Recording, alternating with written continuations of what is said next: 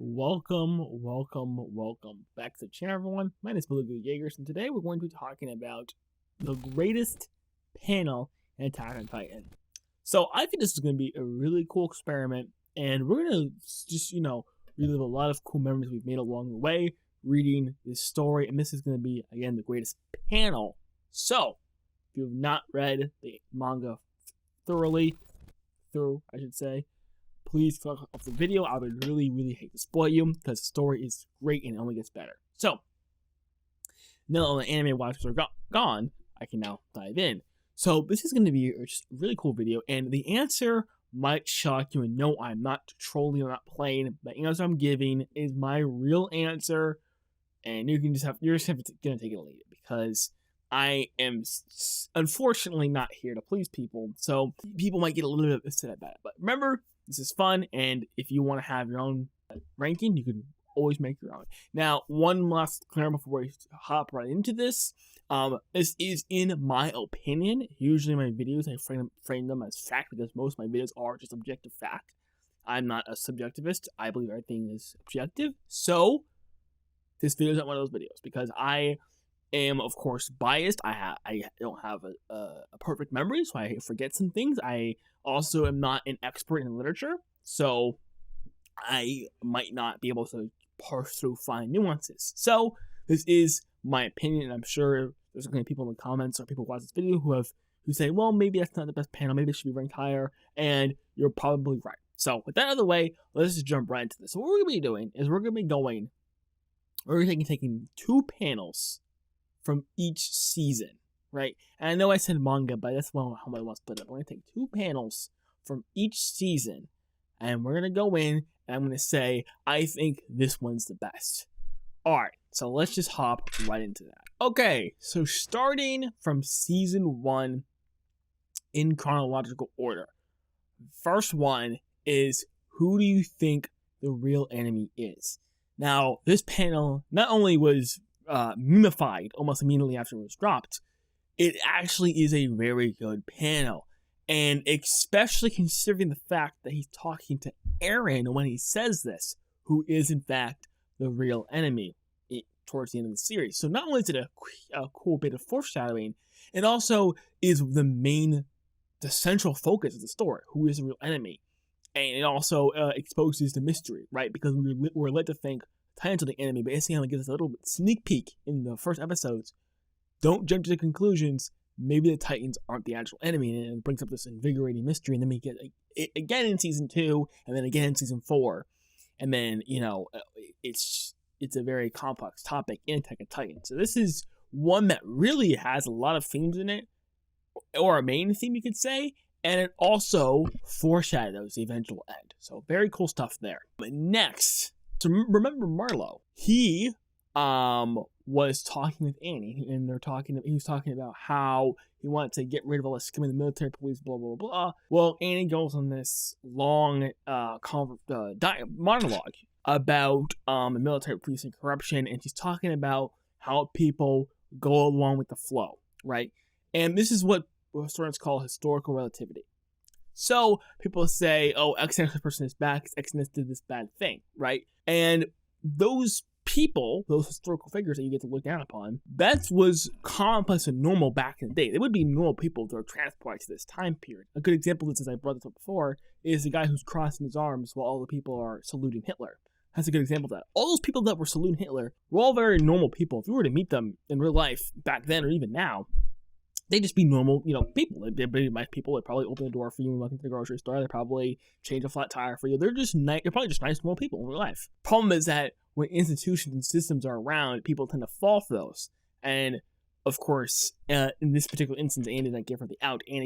She does not give herself the out. She says that most people, including her, are worthless and evil. And people like Marlowe, who want to overthrow the system, who want to, go against the flow, they get to be called special. And this is a major thing, not only in Attack on Titan, but in real life. And this is something, that panel was I love the fact that Isayama has a firm grasp of human nature and is able to explore that in his story in season 1, which most people don't give him as credit for, but this is season 1. And so that panel, to me, those two panels are very high tier, very good panels. All right, now going on season 2. The next panel would be Eren saying that he could go throughout history and not find anyone as evil as Reiner. Now, this panel is really, really good for a couple of reasons. Number one, obviously, again, the foreshadowing. It's foreshadowing Eren, since Eren's going to become more evil than Reiner later on. Number two, and funny enough, I actually was thinking what Isayama wanted me to think when I read this, and you'll see what I mean in a second. So, Reiner and Bertholdt really didn't do anything that crazy. We're talking about historical figures, and he said, specifically, I can go through history and not finding anyone fresh as evil. He's saying this, around, 1910, 1913, or around that time. Now, of course, we're all thinking, well, hey, the big guy, Hitler, right? Hitler didn't do the Holocaust yet, right? However, there was plenty of genocides you could look to around that time beforehand. So, they killed around, I think it was around 250,000 people is what they did. I might be mistaken. Maybe it was 20,000 people, actually. Around that time. I know it's a big margin, but they killed about 250,000 at the most at that time that he's saying this, right? And there's been a bunch of genocides prior and after this year that were much, much more momentous. Just one example at the top of my head, Genghis Khan, right? Very terrible guy. And on top of that, the other thing is that Eren is taking consideration that Reiner was coerced, right? Most people who commit genocide are not coerced into doing so, right? But Reiner was coerced on that hand.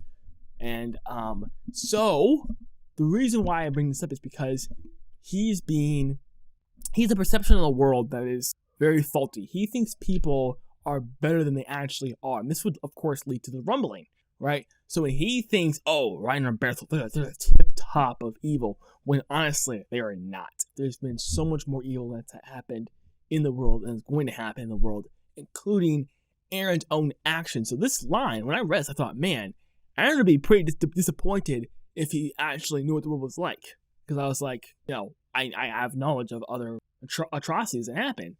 And this is before I knew that they were coerced. I still thought, man, he'd be disappointed if he knew the actual world. And soon enough, come to find out, later on in season 4, he was disappointed with how the world was. So that's very interesting. I'm glad it's going to put it in there. Next is the plot twist when Reiner and Bertholdt announced that they're the armor and the Colossal. Of course, this was something that was perfectly executed on from, since season 1. This is something that was, of course, a really cool plot twist. And, it was done in a very unconventional and original way. And, being in this generation, you see a lot of the same things in media over and over and over and over and over and over and over again. And so you yearn for this new originality when it comes to storytelling.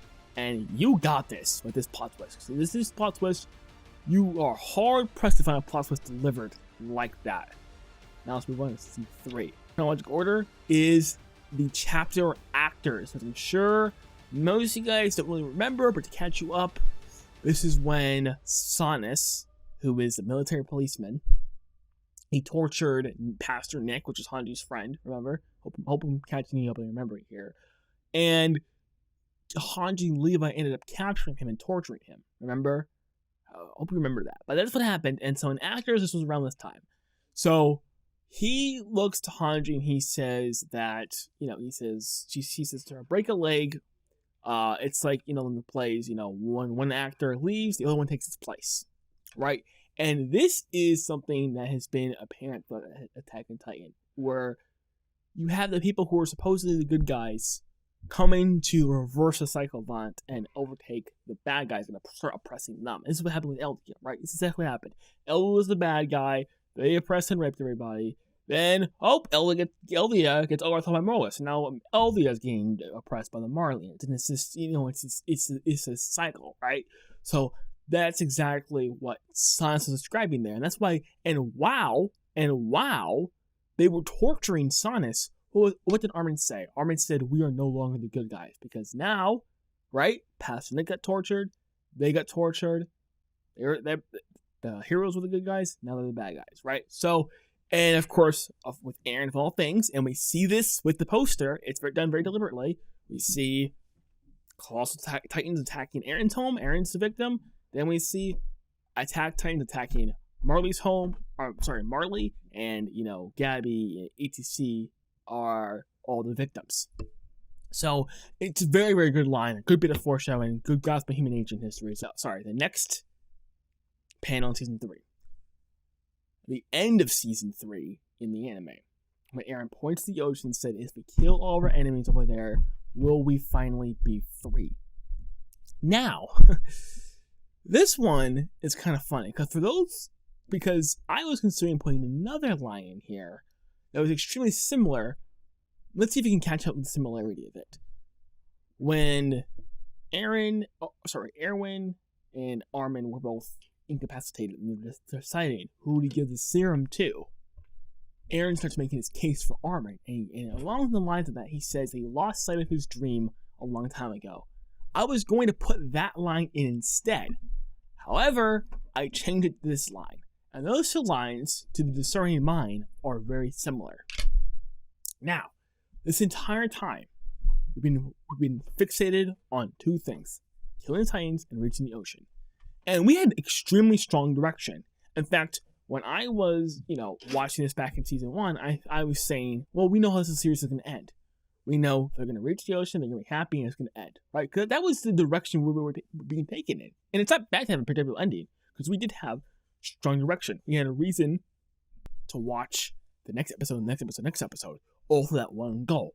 So I thought, well, it might have something to do with the ocean, right? However, and this is sort of a plot twist that people don't give it enough credit for. I guess I know the base was a plot twist, but this is more of a plot twist in the basement. It's the fact that Eren did not care about the ocean at all. He got there and he was not amused, even in the slightest, right? So he's there and all he's thinking about is war. Do it to kill my people. What will killing my people accomplish, right? Will this make me content? Exactly what I was talking about in my last video. Eren will never be a content person. He wanted to see the ocean, and he got there, and he truly didn't care. And as I said in my last video, it's extremely obvious what Isayama is trying to do if you go back and look at it specifically in the anime. But in the manga too, it's obvious. So he's there, all his friends are having a good time, and he's worried about, does he have to kill more people? If he kills more people, how will he be happy? So it's the same thing that Eren said prior. He lost sight of his true dream. He lost sight of it, and he got fixated on something else that was extremely corrosive. And speaking of something that was corrosive, we're going on to season 4. The panel where Eren says to Ramsey, when I learned humanity survived outside the walls, I was so disappointed. This is, now I haven't watched Breaking Bad, but I have been spoiled. This is the Breaking Bad Walter White moment where he says that he did it because he wanted to do it. This is all the acting and all the whatever's going off. He's speaking to someone who can't understand him because they speak different languages. And he's finally admitting what he's actually doing. He's doing this because he, at the deepest level, was disappointed with how the world was. He didn't want it to be the way that it was. And so he wanted it to rumble. And so this, how can I put this on there? Like the Walter White scene is considered a very great scene. This is what the entire series is going to lean up to. And this recontextualizes a bunch of scenes beforehand. Like in season 1, where Eren says to his mom he doesn't want to live as a caged bird all his whole life. We're all like, yeah, you go, Eren, no compromise, blah, blah, blah, blah. But then with this line, now we go look back and we say, maybe that was a red flag. How come I didn't see that beforehand, right? So it's an incredible line. It's incredible. Again, it's another technically a plot twist because we all thought, he's doing this for Paris. He's doing this to save his country. When in fact, he's not patriot. In fact, if you, again, as I said, recontextualization, if you go back and watch it, there's really not much patriotism in the War for Parity arc, if we go and look back from your perspective, right? And so this was just, an incredible line. It's an incredible point of character development and so on and so forth. Now for the next line, the next panel. What a beautiful day if only I realized it earlier. This line, right, this is at the very, very, very, very end. And it is Zeke admiring the sky, and he's saying, it was such a beautiful day. I should have realized it earlier. And this, of course, is metaphorical to his entire life, right? Because he spent his entire life, trying to do his euthanasia plan, going through and missing out on everything else in his life. Because he was so fixated on the euthanization plan. Wink, wink, that's Eren, right? And then, when he's going to die, he realizes eventually the beautiful day. Another funny thing is that they were literally fighting. So not only is it, metaphorical fighting, they were literally fighting. And they didn't stop to notice the beautiful sky, right? And this to me is the entire point, the lesson, the grand lesson of Attack on Titan. Because most people say, wow, what are we supposed to take from Attack on Titan, man? That our lives are meaningless and the cycle of violence is doomed to repeat itself over and over again? No, that's not what Attack on Titan's actually teaching you. Is contentment. The importance of contentment. So on and so forth. Which is why the millionaire Isayama said freedom to him was walking down an unfashionable town with a warm drink in his hand. Well, anyone can do that, right? That's an extremely, normal thing to do. This is a millionaire who's saying this. Okay? He said that. And he said that because he understands the importance of contentment. That's why Armin is the best character. He's the most, how do I say it, self-aware character? He's just the best character because he's content in his own circumstances, yet he strives for something greater. Like, he's content with his if he's imprisoned, he's content with what he has, right? But he still wants to escape his prison, right? So that balance that not a lot of people in the show have is what makes Armin the best character in the show, right? And so that's the lesson that Isayama trying to teach you, and it is brilliantly done because he says at the very end, because most people have the natural inclination to say, why should I be happy? I'm in prison. I can't do X, Y, and Z, right? And Isayama says, okay, fine. We'll play your game. We'll do what you want to do. And it blew up in our faces, right? And well, in Eren's face. It blew up in his face. And he missed out. And again, we can parallel this back to Grisha. What did Grisha say to Zeke?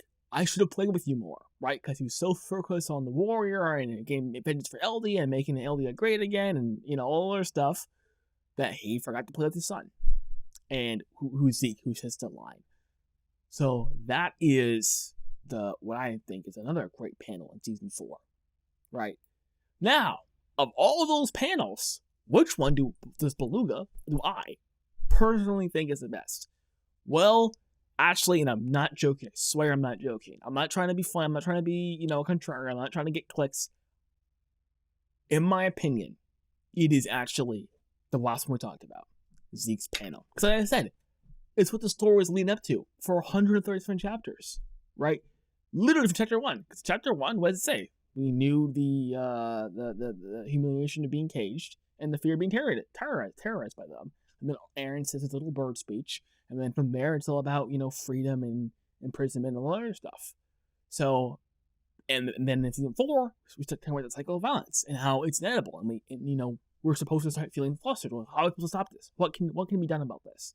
It's, gives us part of the solution, which is contentment. And I think it's brilliantly done. It's very practical. He doesn't play in the games because he puts the characters in a situation that none of us will ever have to face. So we know if they can be content, we can be content. So, in my opinion, that is the greatest panel in all 139 chapters. Now, I'm sure you're angry. If you're angry, that's fine. Go leave your comment in the comment section below. That's perfectly fine. Thanks for watching. I'll see you next video.